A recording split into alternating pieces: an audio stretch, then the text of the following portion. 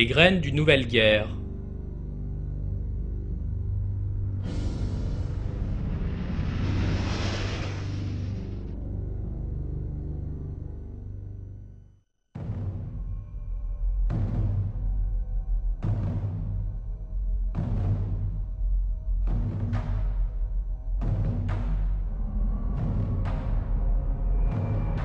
La Première Guerre mondiale était le fruit d'un système de pensée qui supposait que le combat et le carnage étaient une loi essentielle de la nature.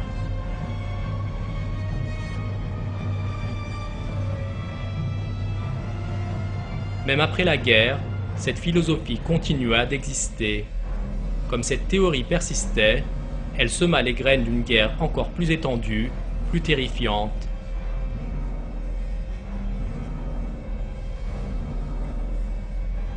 L'Allemagne était au centre de cette grande menace.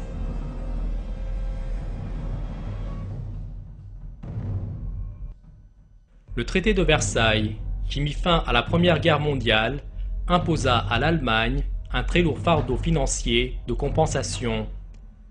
Et malgré les efforts entrepris pour se relever des méfaits de la guerre, l'Allemagne sombra progressivement dans une grave crise économique. Les rivalités entre les partis politiques étaient arrivées jusque dans les rues. Au centre de ce chaos, un mouvement politique fanatique fit son apparition. C'était le parti nazi, dont le chef était Adolf Hitler.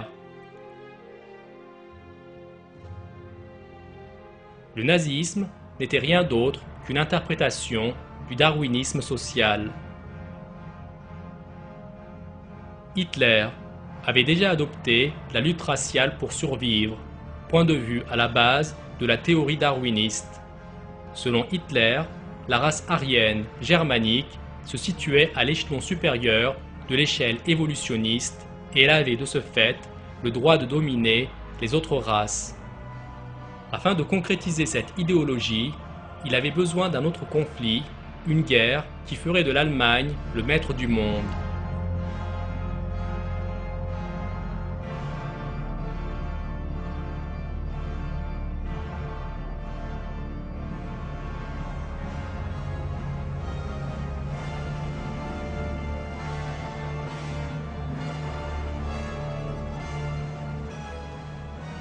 Des dirigeants violents et ambitieux étaient à la tête de ce mouvement. La situation de ces dirigeants a été expliquée comme suit dans le Coran. Je cherche la protection d'Allah contre le diable banni. Dès qu'il tourne le dos, il parcourt la terre pour y semer le désordre et saccager culture et bétail. Et Allah n'aime pas le désordre. Si vous vous détournez, ne risquez-vous pas de semer la corruption sur terre et de rompre vos liens de parenté?